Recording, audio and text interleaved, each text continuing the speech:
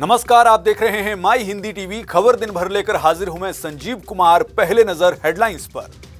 Army day के मौके पर भारत को मिले 3 नए युद्धपोत। पीएम मोदी ने आईएनएस सूरत, आईएनएस नीलगिरी और आईएनएस बाघशीर को राष्ट्र को किया समर्पित। देश में पहली बार एक साथ कमीशन्ड हुए डिस्ट्रॉयर, फ्रिगेट और सबमरीन। नई दिल्ली में कांग्रेस के नए मुख्यालय का उद्घाटन। वरिष्ठ कांग्रेस नेता सोनिया गांधी ने किया उद्घाटन। पार्टी अध्यक्ष मल्लिकार्जुन खड़गे, राहुल गांधी समेत 400 के करीब नेता रहे मौजूद। इंदिरा भवन रखा गया नए मुख्यालय का नाम। दिल्ली विधानसभा चुनाव के लिए आज विजय मुहूर्त में अरविंद केजरीवाल ने भरा नामांकन। बीजेपी के प्रवेश वर्मा, दिल्ली कांग्रेस अध्यक्ष और अन्य नेताओं ने भी दाखिल किया पर्चा। अरविंद केजरीवाल पर चलेगा मनी लॉन्ड्रिंग का केस। गृह मंत्रालय ने ईडी को केस चलाने की मंजूरी दी। दिल्ली के एलजी विनय सक्सेना पहले ही दे चुके हैं इजाजत। शराब नीति घोटाला मामले में चलेगा मुकदमा। किसान नेता जगजीत सिंह डल्लेवाल की मेडिकल रिपोर्ट्स के आधार पर एम्स डायरेक्टर को मेडिकल बोर्ड गठित करने के निर्देश। डल्लेवाल की सेहत की स्थिति पर विशेषज्ञों से ली जाएगी राय। सुप्रीम कोर्ट ने कहा 22 जनवरी को मामले की अगली सुनवाई। हरियाणा के मुख्यमंत्री नायब सैनी ने रोहतक में पंडित श्रीराम शर्मा की मूर्ति का किया अनावरण। कैबिनेट मंत्री डॉक्टर अरविंद शर्मा ने की कार्यक्रम की अध्यक्षता। सीएम नायब सैनी ने कहा पंडित जी का जीवन प्रेरणा का स्रोत। अरविंद केजरीवाल पर मनी लॉन्ड्रिंग का केस चलने पर बोले हरियाणा के कैबिनेट मंत्री अनिल विज, केस चलेगा तो जो सच्चाई है वो लोगों के सामने आएगी। कहा केजरीवाल की आम आदमी पार्टी ले रही है अब आखिरी सांसें। आसाराम को 11 साल 4 महीने बाद अंतरिम जमानत। मंगलवार देर रात जेल से बाहर आया आसाराम। रात 11 बजे से एकांतवास पर गया आसाराम। दुष्कर्म मामले में राजस्थान हाईकोर्ट से मिली है अंतरिम जमानत। भारतीय महिला क्रिकेट टीम ने बनाया वनडे क्रिकेट का चौथा हाईएस्ट स्कोर। टीम ने आयरलैंड के खिलाफ बनाए रिकॉर्ड 435 रन। स्मृति मंधाना ने 80 गेंदों में बनाए 135 रन। अभिनेत्री कंगना रनौत की फिल्म इमरजेंसी बांग्लादेश में हुई बैन। भारत बांग्लादेश के बीच तनावपूर्ण स्थिति के चलते फिल्म रिलीज पर रोक। 17 जनवरी को सिनेमाघरों में रिलीज हो रही है फिल्म। और अंबाला में घने कोहरे से जनजीवन अस्त व्यस्त। नाम मात्र की विजिबिलिटी से वाहन चालकों को हो रही परेशानी। लोग अलाव के सहारे बिता रहे दिन। पहाड़ों पर बर्फबारी के बाद मैदानी इलाकों में बढ़ा है ठंड का प्रकोप। अब खबरें विस्तार से।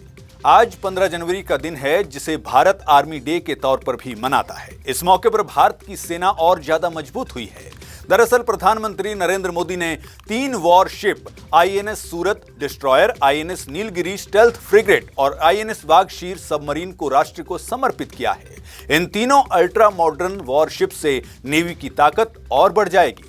इस मौके पर पीएम मोदी ने कहा कि 15 जनवरी को आर्मी डे के रूप में मनाया जाता है। आज भारत की समुद्री विरासत, नेवी के गौरवशाली इतिहास और आत्मनिर्भर भारत अभियान के लिए भी बहुत बड़ा दिन है। उन्होंने कहा कि छत्रपति शिवाजी महाराज ने नौसेना को नया सामर्थ्य दिया था, नया विजन दिया था। आज उनकी इस पावन धरती पर 21वीं सदी की नेवी को सशक्त करने की तरफ हम एक बहुत बड़ा कदम उठा रहे हैं। ये पहली बार हो रहा है जब एक डिस्ट्रॉयर, फ्रिगेट और सबमरीन को एक साथ कमीशन किया जा रहा है। ये तीनों मेड इन इंडिया है। आज जो प्लेटफॉर्म लॉन्च हुए हैं उनमें भी इसकी झलक है। नीलगिरी चोल वंश के सामुद्रिक सामर्थ्य के प्रति समर्पित है। सूरत वॉरशिप उस वक्त की याद दिलाता है जब गुजरात पोर्ट के जरिए वेस्ट एशिया से जुड़ा था। आज बाघशीर सबमरीन की भी कमीशनिंग हो रही है। कुछ साल पहले P-75 क्लास की पहली सबमरीन की कमीशनिंग का मौका मिला था। आज इस क्लास की 6ठी सबमरीन समर्पित कर रहा हूं। आगे बढ़ते हैं और अगली खबर की बात करते हैं। आज दिल्ली में सोनिया गांधी ने नए कांग्रेस मुख्यालय का उद्घाटन किया। इस मौके पर कांग्रेस अध्यक्ष मल्लिकार्जुन खड़गे, राहुल गांधी और अन्य 400 के करीब कार्यकर्ता और नेता मौजूद रहे। आपको बता दें कि इस नए मुख्यालय का नाम इंदिरा भवन रखा गया है और अब कांग्रेस मुख्यालय का पता इंदिरा गांधी भवन 9A कोटला रोड हो गया है। अब तक ये 24 अकबर रोड था। कांग्रेस का मुख्यालय बीजेपी मुख्यालय से करीब 500 मीटर दूर है। इस मुख्यालय की आधारशिला 2009 में पूर्व प्रधानमंत्री मनमोहन सिंह और सोनिया गांधी ने रखी थी। अब 15 साल बाद ये भवन बनकर तैयार हुआ है। इस भवन को बनाने में 252 करोड़ रुपए का खर्च आया है। इसका एस्टिमेट खर्चा 172 करोड़ रुपए था और इस भवन को 2016 से 2018 के बीच बनकर तैयार होना था। लेकिन यह भवन अब बनकर तैयार हुआ है, जिस वजह से इसकी लागत में भी 80 करोड़ रुपए की बढ़ोतरी हो गई और अब भवन 252 करोड़ रुपए में कंप्लीट हुआ है। आगे बढ़ते हैं, बात करते हैं दिल्ली विधानसभा चुनाव की। आज दिल्ली में नामांकन का मुहूर्त निकला, जिसके चलते तीनों मुख्य पार्टियों बीजेपी, कांग्रेस और आम आदमी पार्टी के कई नेताओं ने नामांकन पत्र भरा। दरअसल बताया जा रहा है कि आज दोपहर 2:15 से लेकर 3 बजे तक विजय मुहूर्त था। इसके चलते ज्यादातर बड़े नेताओं ने इसी दौरान अपना नामांकन पत्र दाखिल किया, जिनमें दिल्ली के पूर्व मुख्यमंत्री अरविंद केजरीवाल भी एक रहे। केजरीवाल ने नामांकन पत्र दाखिल करने से पहले वाल्मीकि मंदिर में पूजा की। उसके बाद उन्होंने हनुमान मंदिर में पूजा की और फिर वे अपने समर्थकों के साथ नामांकन दाखिल करने पहुंचे। उन्होंने नई दिल्ली विधानसभा सीट से अपना नामांकन पत्र भरा। वहीं उनके खिलाफ लड़ रहे बीजेपी से परवेश वर्मा ने भी आज ही अपना नामांकन पत्र विजय मुहूर्त में ही दाखिल किया। इसके अलावा रमेश बिधूड़ी ने भी आज ही अपना नॉमिनेशन फाइल किया। कांग्रेस की ओर से दिल्ली कांग्रेस अध्यक्ष देवेंद्र यादव ने भी अपना नामांकन पत्र आज ही दाखिल किया। अगली खबर की बात करते हैं। यह खबर अरविंद केजरीवाल से ही जुड़ी हुई है और यह खबर अरविंद केजरीवाल की मुश्किलें बढ़ाने वाली है। खबर यह है कि गृह मंत्रालय ने ईडी को अरविंद केजरीवाल पर मनी लॉन्ड्रिंग का केस चलाने की मंजूरी दे दी है। दिल्ली के एलजी विनय सक्सेना भी केजरीवाल पर केस चलाने की इजाजत दे चुके हैं। ईडी को यह मंजूरी इसलिए लेनी पड़ी क्योंकि सुप्रीम कोर्ट ने कहा था कि सरकारी कर्मचारियों पर मुकदमा चलाने के लिए ऐसा करना होगा। ईडी ने पिछले साल पीएमएलए कोर्ट में केजरीवाल के खिलाफ चार्जशीट दायर की थी। इसमें शराब नीति घोटाले में केजरीवाल को आरोपी बनाया गया था। ईडी को यह मंजूरी ऐसे समय में मिली है जब दिल्ली में 5 फरवरी को विधानसभा चुनाव होने हैं। रिजल्ट 8 फरवरी को आएगा। दिल्ली के एलजी वीके सक्सेना ने 11 जनवरी को ईडी को शराब नीति मामले में केजरीवाल के खिलाफ केस चलाने की इजाजत दी थी। ईडी ने 5 दिसंबर को एलजी से केजरीवाल के खिलाफ ट्रायल चलाने की इजाजत मांगी थी। ऐसे में जब ईडी इस मामले में आगे बढ़ेगी तो फिर केजरीवाल की मुश्किलें बढ़ती हुई जरूर दिखाई देती हैं। बात करते हैं अगली खबर की, जो हरियाणा के मुख्यमंत्री नायब सिंह सैनी से जुड़ी हुई है।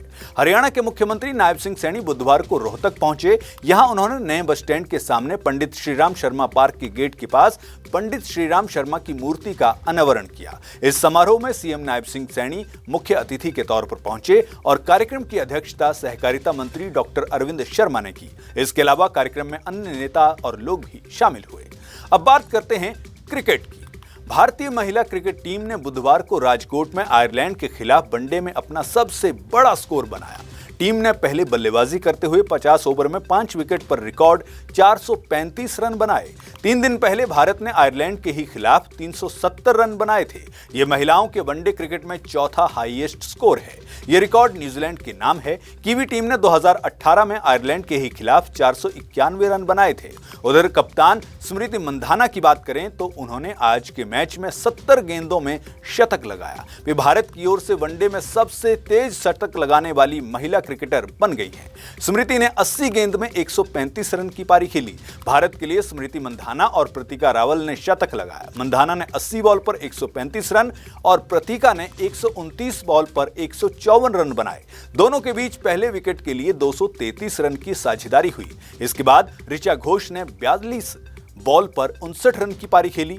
यहां आपको यह भी बता दें कि भारतीय टीम ने 3 दिन में ही अपने रिकॉर्ड को तोड़ दिया। टीम ने 12 जनवरी को आयरलैंड के खिलाफ खेले गए दूसरे वनडे में 370 रन बनाए थे। वनडे में यह भारतीय महिला टीम का सबसे बड़ा स्कोर था, लेकिन अब 3 दिन में ही टीम ने 435 रन बनाकर अपने ही रिकॉर्ड को तोड़ दिया। अंबाला में घना कोहरा देखने को मिल रहा है, जिसकी वजह से जनजीवन अस्त व्यस्त हो गया है। कोहरे के कारण विजिबिलिटी इतनी कम हो गई है कि वाहन चालक धीमी गति से वाहन चलाने को मजबूर हैं। वहीं ठंड बढ़ने के कारण लोग अलाव का सहारा लेते हुए दिखाई दे रहे हैं। इस ठंड के मौसम में जरूरी है कि आप भी अपना ख्याल जरूर रखें, खुद भी स्वस्थ रहें और परिवार के अन्य लोगों का भी ख्याल रखें। बहरहाल खबर दिन भर में बस इतना ही। देश दुनिया की अन्य खबरों के लिए देखते रहिए माई हिंदी टीवी। नमस्कार।